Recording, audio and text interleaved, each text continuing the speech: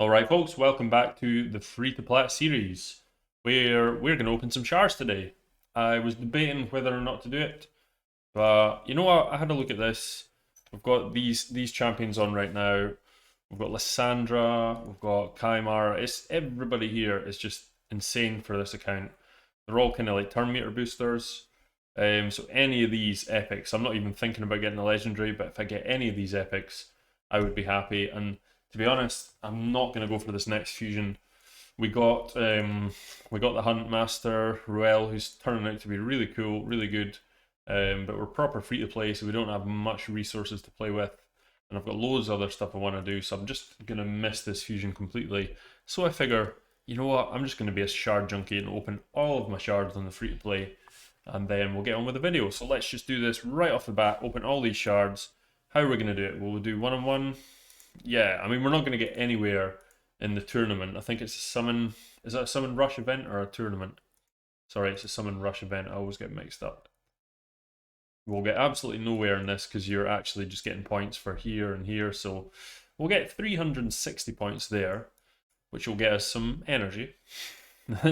We'll be lucky if we get the bruise. But that's fine. We're not in this to get any resources, to be honest. There's no way we'll ever get any of the good stuff like the rank 5 chickens, so we'll just crack on. So I would love, Deacon would be like number 1. He would be super cool. And then I actually really like this guy, Jorg. He's pretty awesome. Yeah, let's just go for it. Kaimar, obviously, best champion in here. I don't have Lysandra on my main, so if I do get her, I'm probably going to be pretty pissed. But let's just open. Come on, give me some purple. Oh, purple off the bat. No, no. Not Durang. But I thought we were getting a Deacon there, guys. Right off the bat as well. Okay, Durang's not bad, though. He's not the worst champion in the world. You know, he's got a speed in dungeons. He attacks 3 times at random. Random's always good, every single time. It's the best. Decrease attack and defense. Yeah. He's not too bad. He's got stuns here, which can work with Armina. Yeah. This A1 can hit kind of hard. A little disappointing. Little disappointing there. Hopefully that's kind of burned our mercy, so we're just going to be relying on the standard 6% or whatever it is. The Rocktooth, the Twin Claw, dude, she's not that great, to be honest. Let's open a couple of voids. We're looking for a Cold Heart, to be honest. That's our number 1 just now. That's not Cold Heart. That is not Cold Heart. That's a Skirmisher. Yeah, she's not the worst void rare in the game, to be honest. It's not. Yeah, she's not too bad, but she's not great. Let's go back to Ancients. Come on, please, Raid Gods, give me something good. No. The Fencer. What does she do again? I always forget. She's got a low decreased defense. She's actually got a 100% chance of placing a stun, which is kind of cool. But I'm not going to use her. Oh, we're rattling through them. Should I have opened these? No. Someone should have stopped me. Oh, wait a minute. That is a grappler. I actually don't have a grappler. And reflect damage. Yeah, he can actually be quite cool. He's one of the best reflect damage guys for Fire Knight. He also has poisons and a weaken. Yeah, he might. I might actually keep hold of him. I've always quite liked him as a rare. He's pretty cool. Right, let's just do 1-on-1. Come on, just give us one more epic raid. One more. No. Oh, that's a big pull. That is a big pull. That is actually our only reviver, apart from Ugo, or just bog standard reviver, and he is like a must for Ogryn faction wars. So yeah, I use him in my main actually. I actually did a guide on him. You should check it out. He's a super cool rare champion. So that's a good pull. He's got a good heal, continuous heal there, and just a good old standard revive. 5-turn cooldown, unfortunately, but it is rare at the end of the day. So that's a good pull. No Deacon so far. Blooming Jarang, but no Deacon. Oh, Grave Chill. Grave Chill, now that's a decent enough pull. She's like not quite as good as the Frozen Banshee, but she's pretty decent. That could be, yeah, I mean, if I can pull a Frozen Banshee too, they both work really well together. But she's a decent clan boss champion, you know. She's got a reasonable chance of poison there. Um, decreased defense. Um, decreased defense if they're under poison's bigger one, so that's good too. And the A3, each hit places a 2.5% poison, places a 5% if they're under poison sensitivity. So you really want them to be working alongside each other to make this kick off. Let's go with the last one. Come on. Come on, purple. No, it's no purple. That would have been cool if that was Frozen Banshee, but it's not. HP burn. New. I mean, we've got Mordecai, so we're not going to need any HP burn champs. Yeah, not ideal. Okay, so we didn't get that. Let's open a random 10 pool just for luck. Hopefully we don't. So we don't open a rare, so that's burnt some of our bad luck up. Come on. I can either get a Golden Reaper or a... What's his name? Raglan. No, it's not. It's not. Oh, it's a Bellower though. That is a pull. Bellower's like probably the second best rare I could have pulled right now besides... Yeah, he's really cool. So he might just be built up as my campaign farmer, I believe. Not that I really need a campaign farmer, actually. Campaign farmers are a bit thing of the past. Kale does the job fine, so I'll probably just build them up for Faction Wars, but that's a pretty solid bunch of Faction Wars champs we have for Ogren now, so we can actually progress with that pretty well. Yeah, he's a good champion. Good for kind of waves as well, and dungeons. Very, very cool. Yes, yeah, he's decent. So none of the 10 times champions guys, unfortunately, haven't had a lot of luck on this account in terms of those ones. We got Apothecary right off the bat, I know, before he also hit, but yeah, so that is the shard pool. So I still think it was worth it. We're not going for this fusion coming up anyway, so why the hell not? So here we are a few days later, actually, after that shard opening. I thought I'd play for a few more days, get some more new stuff to show you guys. And now we've got a pretty big update on the account for you. I know I haven't made a video for this particular series for a good few days now, but they will be coming more and more often in the next coming weeks, I think, because I've got a lot more stuff to do. Mainly because I'm just finally progressing through these missions.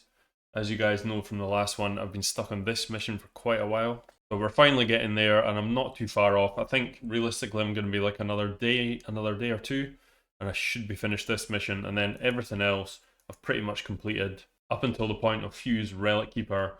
So I think going into the fusion here, we are one short. We only need Templar, I believe. Yep, that's it. We've got these three guys already, so I'll just need to do a little bit of campaign farming, and then we're pretty much through that load of missions. That's going to give us a bunch of resources, so loads more energy, shards, books, various different things, more gear, and most importantly, another 2 legendary skill tomes, which I desperately need.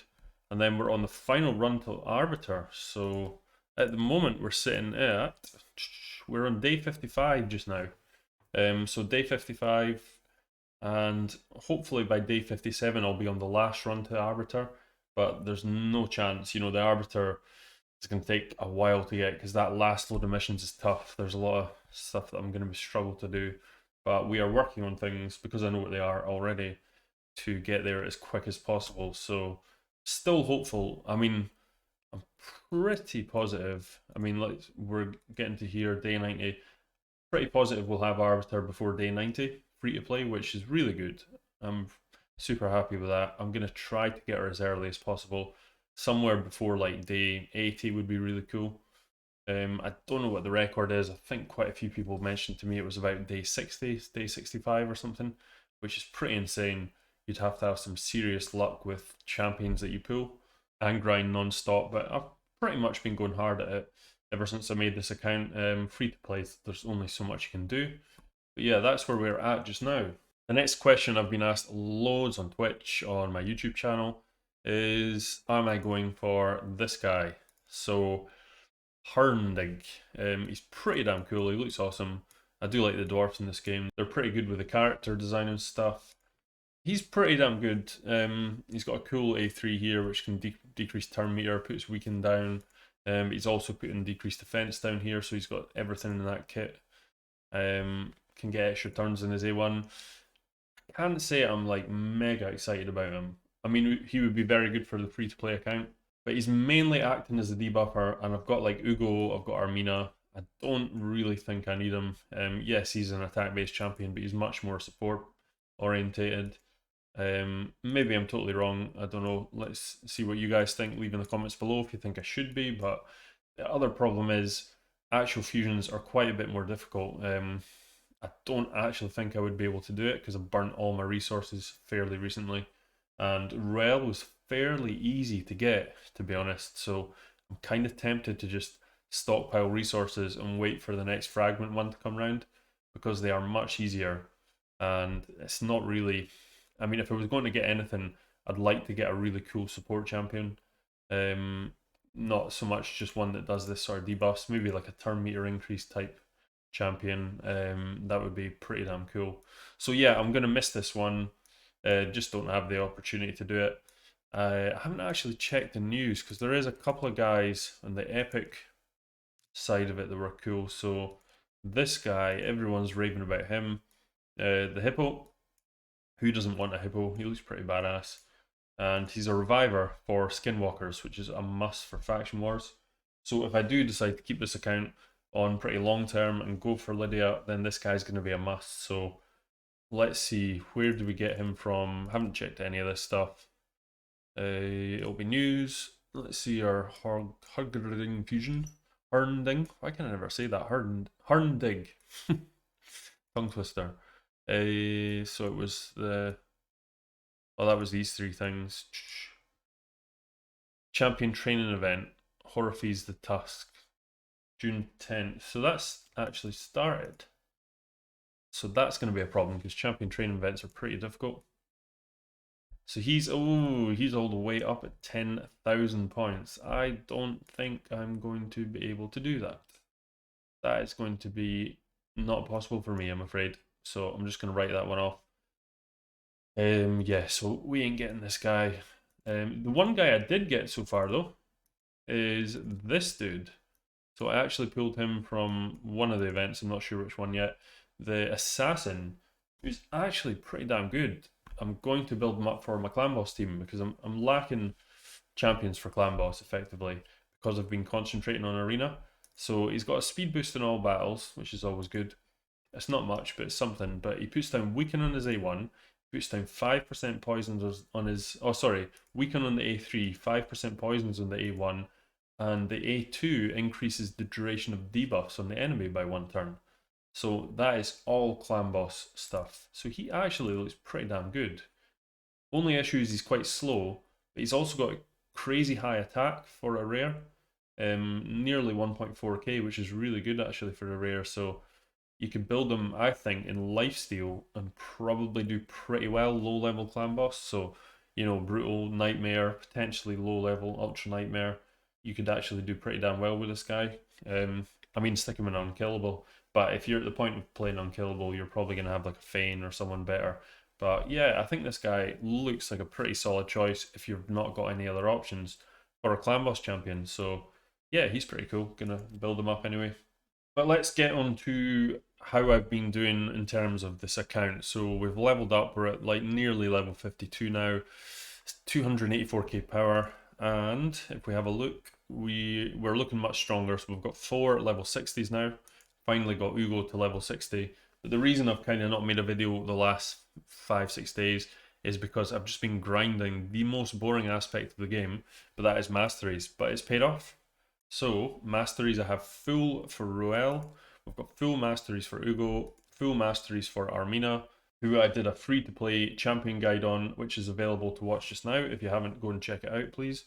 So that's her done. Kale is done as well. Mordecai is just about there, so that's going to be my next 60, which is going to cover my last challenge as well, but it's also going to boost me around Spider 20, so I do need that. And then Toragai, I'm probably not going to 6-star him at the moment, potentially if I don't pull anyone else down the line. but I've got a lot of masteries for him. And then these guys, I've picked up quite a few for Apothecary, not really concentrating on anyone else too hard. But to get all these guys to full masteries already, I think is a pretty decent achievement. And I kind of made that mistake. I didn't pay for the masteries for one of them straight off the bat, so I can't tell if that's totally slowed me down or not. It just felt like it was ages of grinding to try and get them all up because I was doing them at once. But now I'm there, I'm doing, obviously I've been doing 15 for a while, stage 15 with Minotaur. Please, Playroom, bring out like a stage 20 Minotaur. You brought out new stages for every dungeon bar Minotaur, and we need it. It's just far too slow. I would love to see it. I would love to see it increase to stage 20 at least, just with a few more scrolls available to people to make it quicker and a bit more silver available to make the grind worth it. Because if you get bad RNG, sometimes it doesn't work out that much different, if not maybe worse, than spending the 800 gems. So it would be nice to have a dungeon that clearly states, if you grind this, this is going to be much more cost effective, but you're going to have to grind rather than, just click a button and make it easy. So I think that's something in the future they should definitely do. In terms of gearing, we have finally geared Ruel into attack gear. Basically, he's wearing all the stuff that Kale was wearing before. So he's running at 5.4k attack, 190 speed, 104% crit rate, 175 crit damage, 100 accuracy. I'd like a bit more, but I don't have any Great Hall stuff on this accuracy yet. But yeah, he's smacking pretty hard with this. 5.4k attack is huge. Even for my main account, that is a massive amount of attack. So that is pretty damn cool. It's not quite as much crit damage as I would like, but it is what it is. I'm still using crit rate gloves. It's one of those things, especially on a low level account, it's quite difficult to get, crit damage gloves on with 100% crit rate on all the good stats. So I've been using crit rate gloves up until the point when I get some more 6-star pieces with good rolls on them. But he's running in obviously Swift Parry, which is awesome too. I think Swift Parry is a really, really good set for Ruel because he deals such a load of damage. When he gets the hexes up anyway, you might as well just make him a bit faster with more crit damage, and he's going to ignore defense anyway from the A2 if you get the hexes on. Now, I am missing a bunch of damage from books here. This is another 25%, which is a straight up damage boost, if you guys didn't know, so that will make a huge difference. And I'm missing a cooldown here and the extra buff chance here, so I need another 1, 2, 3, 4, 5, 6 books to fully book him out. So he's not like crazy hard to book out as well, which is a bonus for Ruel. And he actually plays really well as a sort of mid to late game player. End game he's not great. I don't know if he's not great. I'm going to do a champion guide on him soon. He can hit super hard, and I think if you pull 2 of them, he actually becomes insane. But he's actually really, really strong for progression just because of this increased accuracy as well. So he kind of doubles up as a guy that can make all your debuffers work even better, so it doesn't matter about the stats too much on them, but then he can also smack super hard as well. And for the Masteries, I've put him into Helm Smasher, just the usual kind of nuking Masteries, but instead of going down defensive tree, we wanted some accuracy, so we've gone down here, Lore of Steel. This Master Hexer does actually increase the duration of the Hex as well, which is pretty cool. So that's always a bonus because it means if he's faster, he can keep going round to it, and you can potentially not have to put the Hex down again with the A3. You can just go straight into the A2 attack. Now, yeah, Helm Smasher, Ruthless Ambush is a must, and yeah, these are just decent for PvE content. So I've switched Ugo into my kind of tankiest gear as a debuffer. So she's now running a pretty respectable 50,000 health, 3.1k attack, 218 speed, and 278 accuracy, which is pretty reasonable to be honest. Not a bad build at all. Haven't leveled up a lot of the gear on her yet, and I don't have that great pieces for accessories yet, but yeah, I mean, I can get a lot more survivability out if I increase these all to 60, which will be, I'll be at like 3.4-ish, 3.5k attack, 55k health, which is pretty cool. Yeah, she's been really good. I've plowed a bunch of books into her. She's really book intensive, which is annoying. She's like 1, 2, 3, 4, 5, 6, 12, 16 books altogether. No books on this passive, which is way too much playroom, way too much. It's a massive investment. she's definitely worth it because she's good. But well, when I say she's definitely worth it, I don't think any champion's worth 16 books. I think they should have like a max ceiling of 10 on any champion just because of the value of them. But yeah, I'm definitely going to end up booking her because she is that good. She's actually been doing really well on Nightmare campaign for me, so I've been using her and Ruel together, and she's just been tanking the damage, letting Ruel die, and then just bringing him back with the Brew ability, which will be even better. We're going to finally get the cooldowns on it and make it a 4-turn cooldown. I'm also missing the last chance buff on here, so once I get that, it's going to be really reliable to land these debuffs. And the leech comes in really handy as well, really handy. Let's have a look. Our masteries for this one, I would probably run her into Eagle Eye if I was running her in Arena full time. But at the moment, I'm running her in my clan boss team and a lot of PvE content, so I've just stuck her in War Master for the time being. But at some point, I'll use my free reset and I will switch her into defense and support, give her Eagle Eye, and then she'll be my main debuffer for the arena because she is that good. With the block buffs, is really, really strong. Armina, as per the video I made, she's just in a stun set. I'll not go over her too much because I've already made a full video on her, but she's been awesome. And Kale, I've now switched into Lifesteal or Clan Boss, and I've changed his masteries, but I've actually used his free reset, so that's that been used. He's running War Master, Retribution, basically Clan Boss masteries, and he's still running 100% crit rate, lower crit damage, but much more accuracy. In Lifesteal, a bit more speed as well. Haven't leveled up all the gear on him, but I don't need to yet. So this guy's doing some serious work in PvE and Clan Boss because of this. And this is the next guy I'm working on, Mordecai. So don't have any books for him or anything. That's going to take a while. So the missions, we're just about through. Challenges, we've still just got 2 to do. We've got 1 upgrade 3 Great Hall bonuses to level 5 to do, and then we get this book. So that'll be that finished. This is finished. This is finished. And this here, well, this is basically finished. I can get 150 energy just by playing 1 campaign because I've now got 4 level 60s.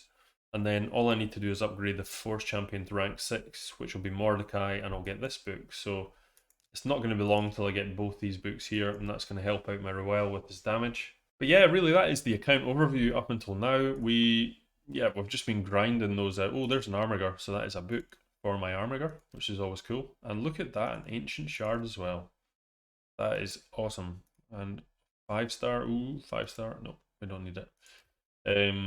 Very low silver. Silver management is difficult on free-to-play, I must admit.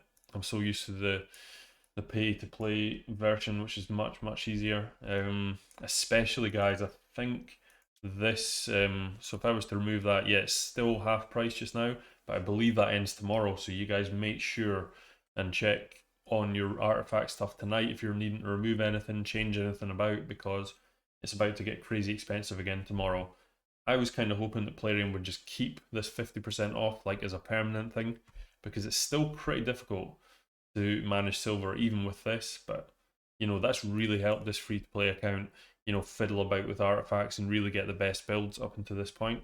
I couldn't have done it if it was full price. And also I had the 2 weeks free at the start, remember? I was lucky enough to be around when that was happening, so that made a big difference. So Plarium, if you are watching, that is a really good thing for new players.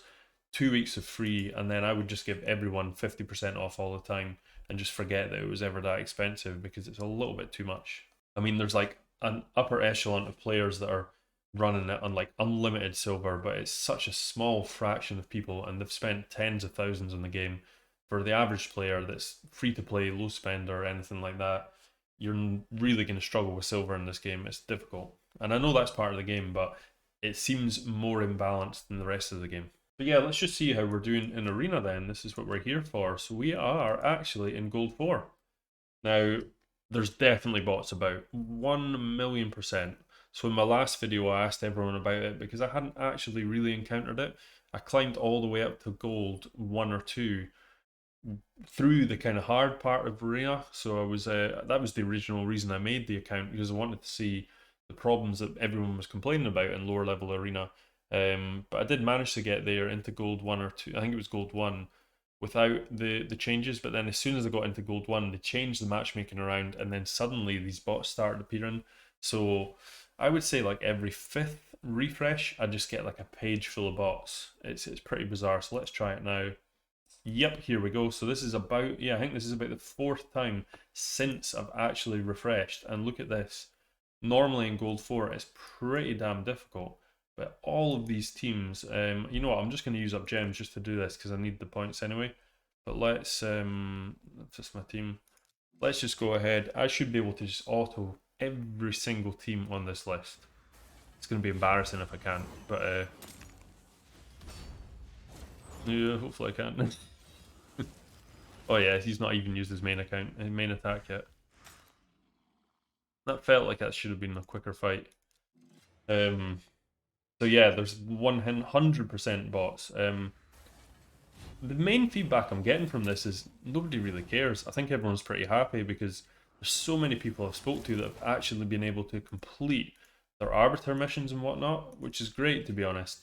The only stipulation I've got about this is this shouldn't be happening. So I'm in gold 4 now. This should be difficult. This is one behind platinum, you know?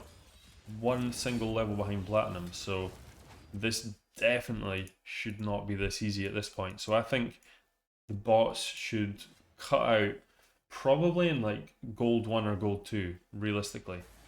Either that or create like, you know, 4 platinum tiers and have none of them in platinum. I don't know. Maybe that's the way forward.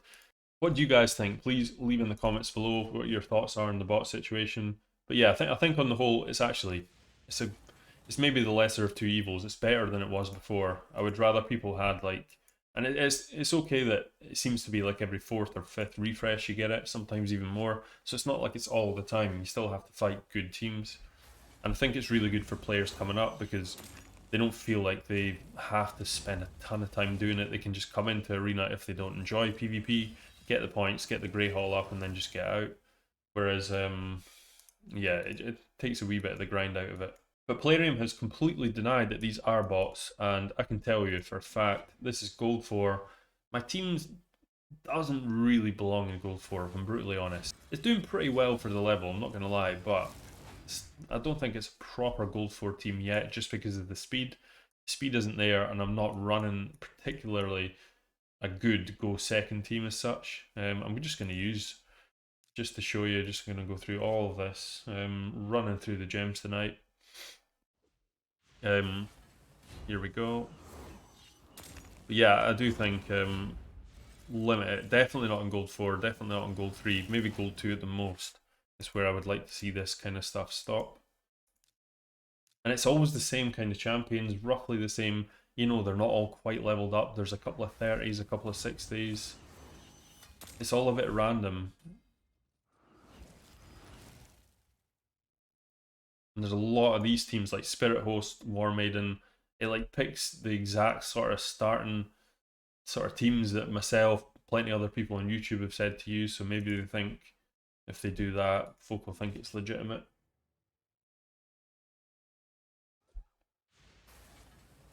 And there we go. Also, sometimes the turn order seems ridiculous. You'll see a team like that, but then like the Spirit Host is like slower than their nuker. So it's like, why on earth would you actually do that if you knew what you were doing? So there we go. Here's some normal gold 4 teams.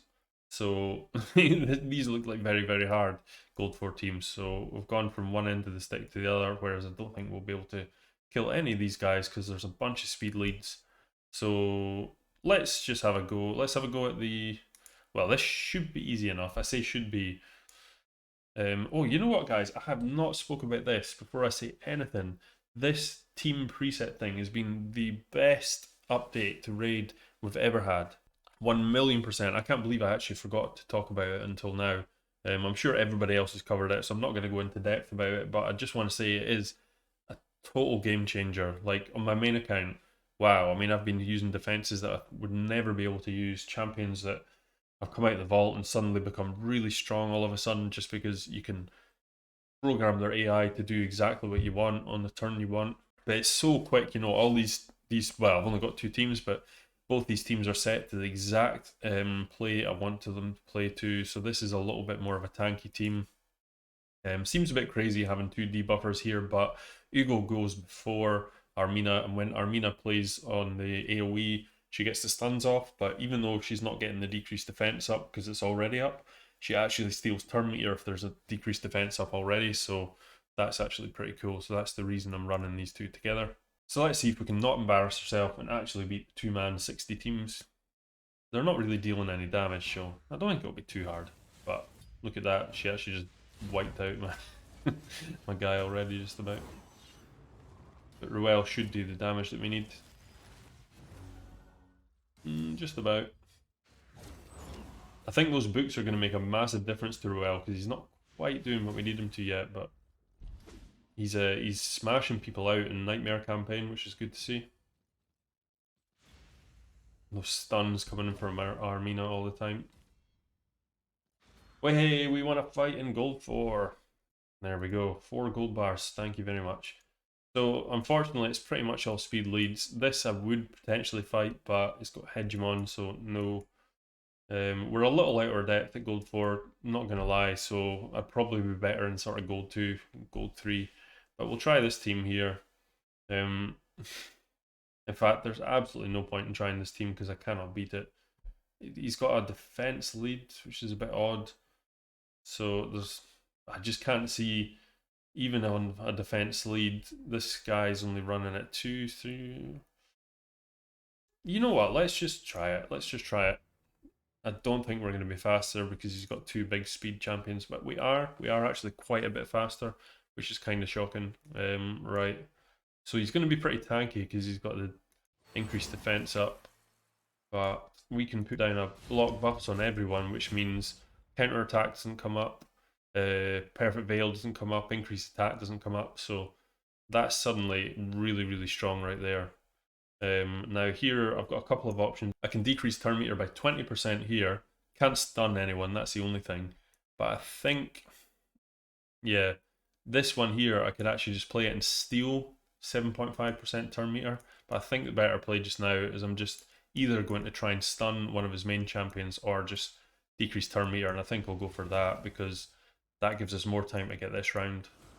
Now they've got too much resistance for my Ruel. I need to get his accuracy up. Probably via the Great Hall is the best chance I've got. Let's see if we can get a turn meter decrease here. But the thing I've really liked about using Ruel is the fact that he just enables everyone else. So these guys are now running at nearly 450, 500 accuracy, which is pretty crazy. Let's put a leech down onto her and let's smack with this. Okay, well we got the one. See, if I'd had hexes on there, they were all dead. So that's quite promising. Now the decreased defense is still up, so if I play this, hopefully I get a stun. No stuns, but I steal turn meter on everyone. So if I'd had a stun there too, I would have stolen 7.5% turn meter and got 10%. So you can see where the turn meter goes crazy with Armina. Hopefully get a decreased speed. Nope. Right. We are in a bit of trouble now. If we'd landed those hexes, this would have been game over, but we just don't have the accuracy for it yet. Okay, and we lose that champion. So Ugo's got the revive, so we're just gonna have to try and time it with the revive here. Hopefully they all target Armina, which I'm pretty sure they will. Let's try and get a stun up. There we go.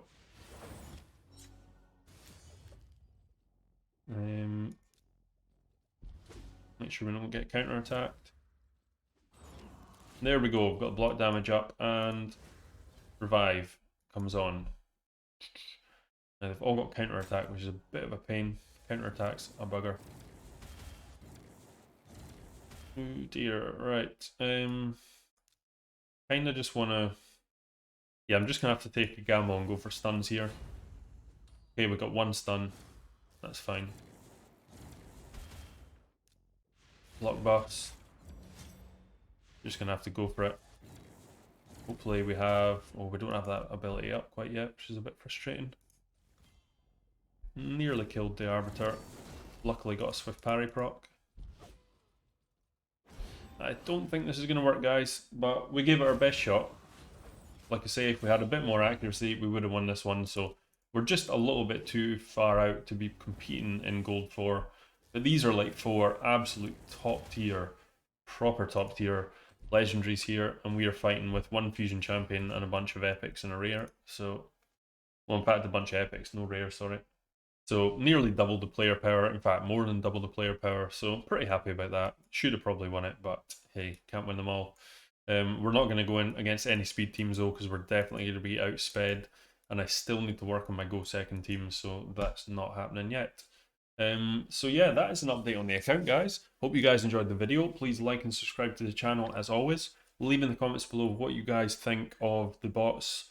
I know I asked that in the last video, but it's been a little while now, and I think everyone can kind of concur that it's probably quite a good thing for actually lower to mid-level players. I just don't think it should be in Gold 4. I think it's a bit stupid. It takes away from that aspect, because, you know, you're one away from Platinum, which is only the top 300, so it's kind of making a mockery of Gold 4, because Gold 4 should be hard. It should be really difficult. Like, this is the level I would expect to see at Gold 4, because if I encountered this with my main account, these would all be easy fights. They're not platinum level, but they are tough. So this probably should be what Gold 4 should look like. So yeah, that's it guys. Have a great day. Peace.